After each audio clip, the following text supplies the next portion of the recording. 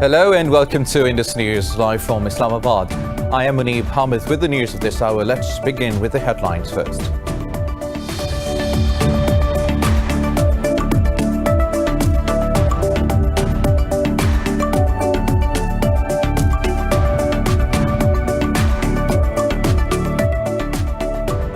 Pakistan has thanked members of the UN Security Council, especially China, for holding the third meeting on Indian-occupied Kashmir in a year. Foreign Minister Shah Mahmood Qureshi says India's gross human rights violations remain a grave concern for the international community. The meeting coincided with the first anniversary of the revocation of the Valley's special status.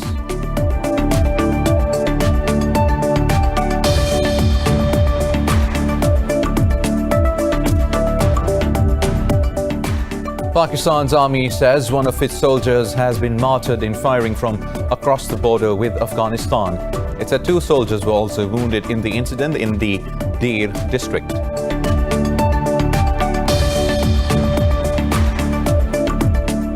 The US says it will put forward a resolution in the UN Security Council next week to extend the arms embargo on Iran.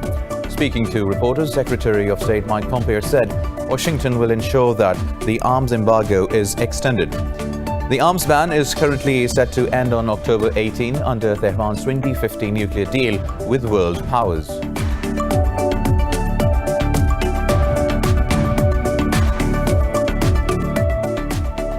Spain has reported nearly 1,800 COVID-19 cases overnight, marking the biggest jump since a national lockdown was lifted in June. Over in Brazil, 1,437 people have died, while more than 57,000 have tested positive for the virus in the last 24 hours. Meanwhile, Pakistan has recorded 727 cases and 21 deaths overnight, raising the fatalities toll to 6,035. Globally, the virus has claimed over 706,000 lives and infected more than 18.7 million people.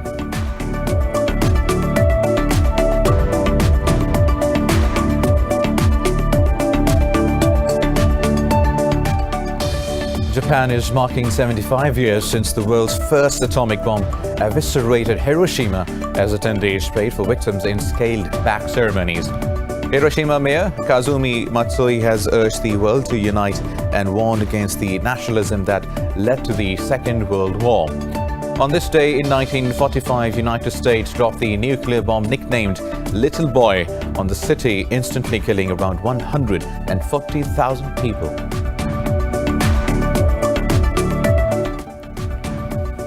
News in detail after a short break. Stay tuned.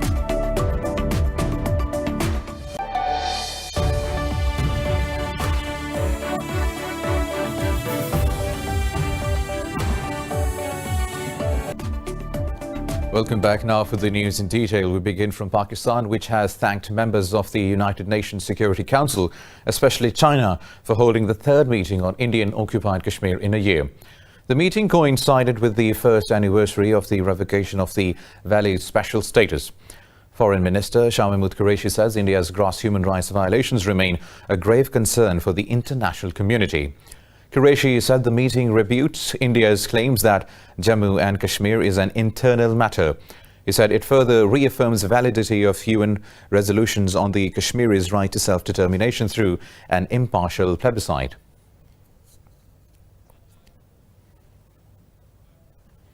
Pakistan's Foreign Office has summoned a senior Indian diplomat to protest ceasefire violations by India along the line of control. In a statement, the Foreign Office said Indian forces are continuously targeting civilians from across the line of control. This follows the martyrdom of an 18-year-old girl and injuries to 6 people in unprovoked Indian firing in the Hot Spring sector. Indian troops have committed nearly 1,900 ceasefire violations this year so far. The Foreign Office said that Indian side was called upon to respect the 2003 ceasefire understanding.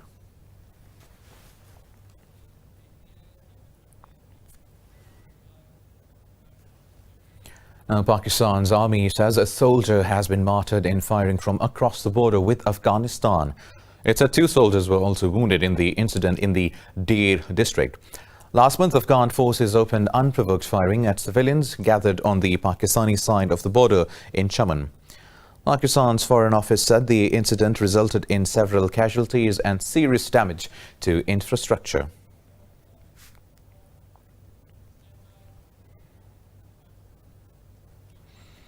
In Afghanistan now, the Taliban say Kabul's decision to convene a Grand Assembly of Elders to decide the fate of 400 inmates has no legal grounds. In a statement, the Taliban said all factions should avoid creating obstacles to peace process. Under the Doha peace deal, the Afghan government is required to free 5,000 Taliban prisoners as a precondition to intra-Afghan talks. President Ashraf Ghani's government has released all but 400, saying their crimes were too grave. However, the Taliban insist upon the release of all prisoners before the start of the peace talks. Meanwhile, Taliban's deputy leader, Mullah Baradar Akhund, has discussed the peace process with UN's envoy to Afghanistan, Deborah Lyons. The two officials stress on the need to finalize the prisoner release process. A U.S. watchdog says between 50 and 70% of police positions in 4 Afghan provinces are not active but contain ghost soldiers. The report by the Special Inspector General for Afghanistan Reconstruction says the term ghost soldiers refers to fabrication of the number of security personnel. Afghanistan's Interior Ministry said the provinces cited in the report were Kandahar, Zabul, Helmand and Uruzgan. The watchdog indicates Afghan security forces declined by 10% after a new system purged 42,000 non-existent soldiers. It regularly conducts audits and investigations relating to the programs funded for reconstruction of Afghanistan. Moving on, the US says it will table a resolution in the UN Security Council next week to extend the arms embargo on Iran. Speaking to reporters, Secretary of State Mike Pompeo said Washington will ensure that the ban is extended. Pompeo said the proposal to extend the ban on Iran is eminently reasonable. He said the Security Council will make a mockery of its mission if it allows Tehran to buy and sell weapons openly.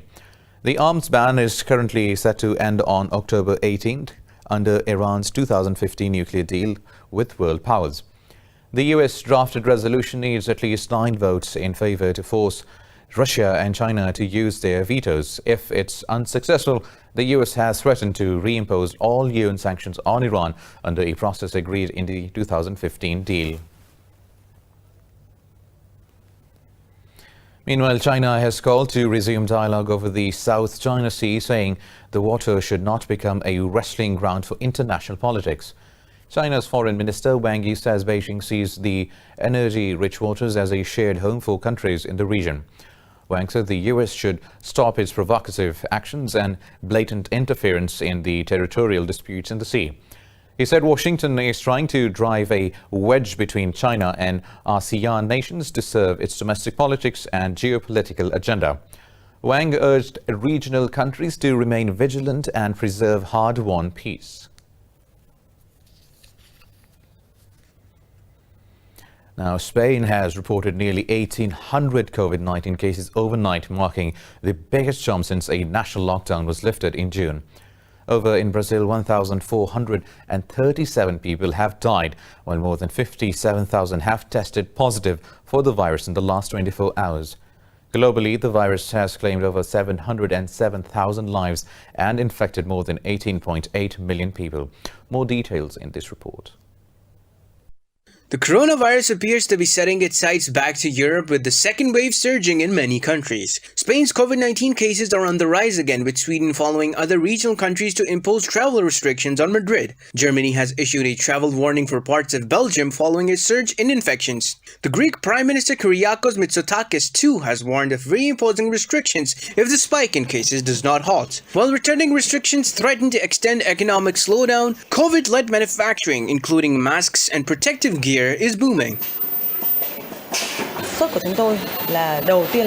biggest export market would be the US. Our products are used in many hospitals in the US. Many hospitals have shown their appreciation through emails thanking us for our products. We are very happy that our efforts in research and development has been a success. Secondly, we also export to Canada, Japan and South Korea. Brazil reports the second highest number of cases and deaths in the world as authorities struggle to get the outbreak under control. Despite the US leading the world tally of infections and deaths, President Donald Trump is pressing to open schools. Children handle it very well, and they may get it, but they get it, and it doesn't have much of an impact on them. And if you look at the numbers of in terms of mortality, fatality, the numbers for children under a certain age, meaning young, their immune systems are very, very strong. They're very powerful, and they seem to be able to handle it very well. And that's according to every statistic. Meanwhile, in Asia, mainland China and South Korea have still not been able to eliminate local transmission of the virus. China has recorded 37, while South Korea reported 43 infections overnight. Now over to India, where COVID-19 continues to wreak havoc as the country recorded over 56,000 cases in a single day, becoming the virus epicenter of South Asia. The country's total number of infections is approaching 2 million. Government statistics show the death toll has now climbed to 40,699 with 904 fatalities overnight. Maharashtra is the worst hit state with over 460,000 cases and nearly 16,500 deaths. Tamil Nadu is reeling from the virus with over 273,000 cases and almost 4,500 deaths, while Andhra Pradesh has once again crossed 10,000 daily COVID-19 cases with 77 deaths.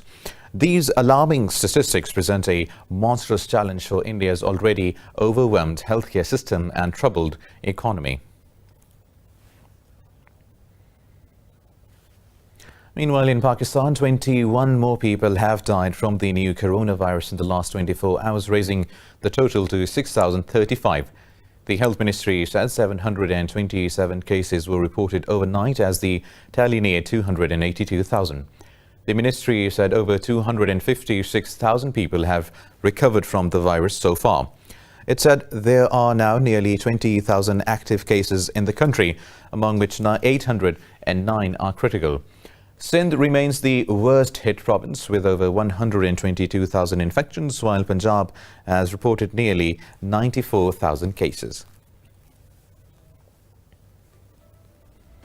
More news coming up after a short break. Stay tuned.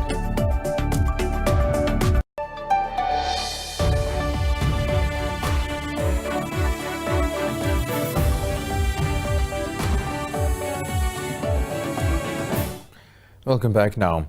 In Lebanon, a 2-week state of emergency has been declared in Beirut after a massive explosion on Tuesday left 137 people dead and over 5,000 injured. The cause of the explosion remains unclear, but officials have linked the blast to ammonium nitrate being stored in a warehouse at the port. The government has also decided to place port officials under house arrest and approved an allocation of funds around $13 million to deal with the crisis. The blast has displaced up to 300,000 people as rescue officials continue their search for dozens of people trapped under the debris.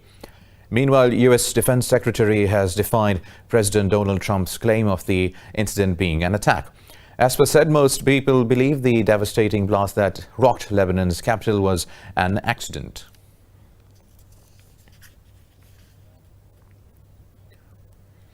A massive fire in more than 20 warehouses of wholesale markets in Najaf, Iraq.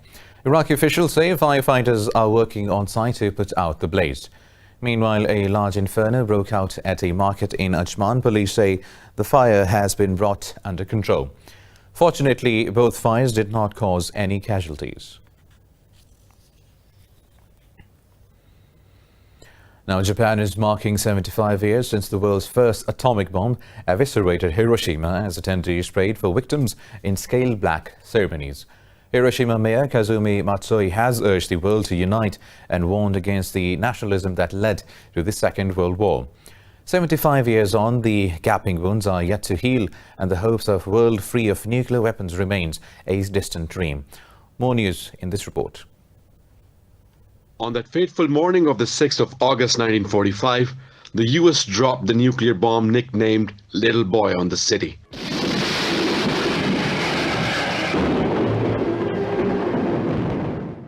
Around 140,000 people were instantly killed, while several perished in the following months due to radiation sickness, fatal burns, and other injuries. Merely 3 days after the Hiroshima attack, the US dropped another atomic bomb on Nagasaki in southern Japan, killing another 74,000 people.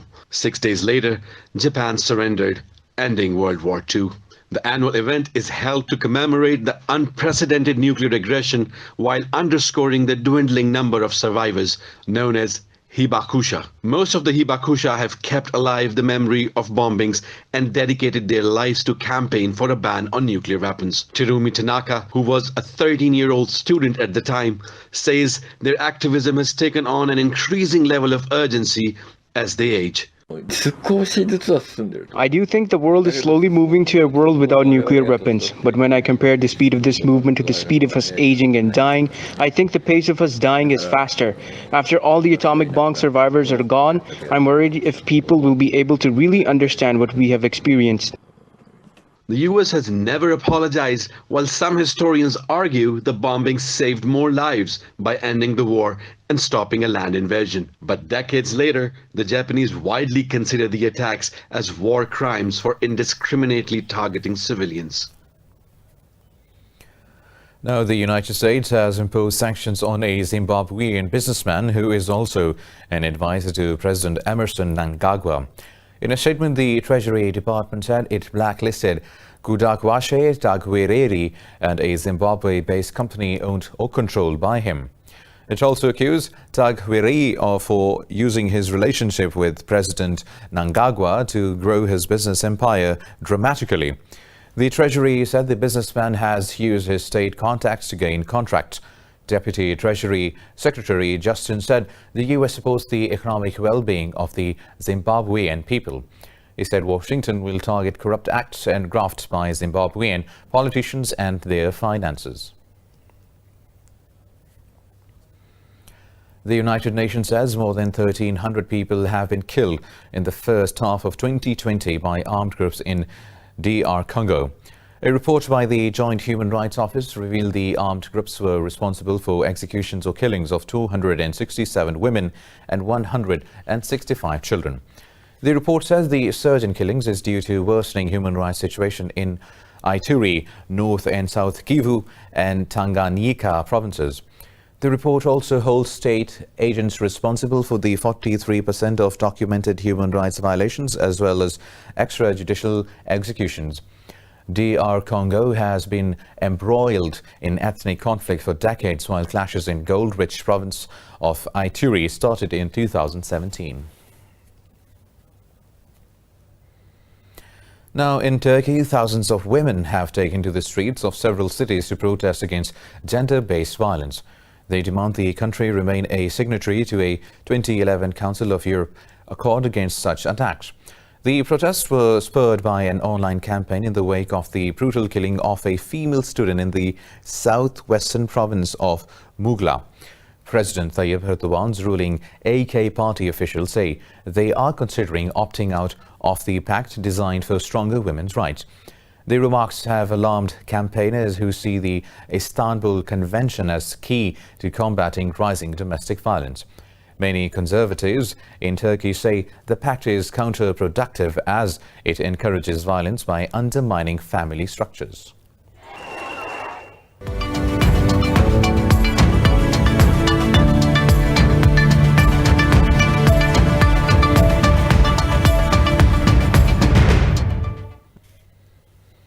Now, in business news, stocks in the Asia Pacific are trading mixed as investors continue to watch tensions between the US and China with concern. South Korea's Kospi is leading gains, rising close to 2% after the automaker Hyundai soared more than 5%. Mainland Chinese stocks are trading mixed, with the Shanghai Composite up and Shenzhen Component trading down marginally. Hong Kong's Hang Seng Index has slipped over 1.5%. In Japan, the Nikkei 225 has dipped over 0.5%. Shares in Australia's edged higher as the ASX 200 gained nearly 0.5%. And with that, we come to the end of the bulletin. For the latest updates, you can follow us on social media at indus.news. Take care.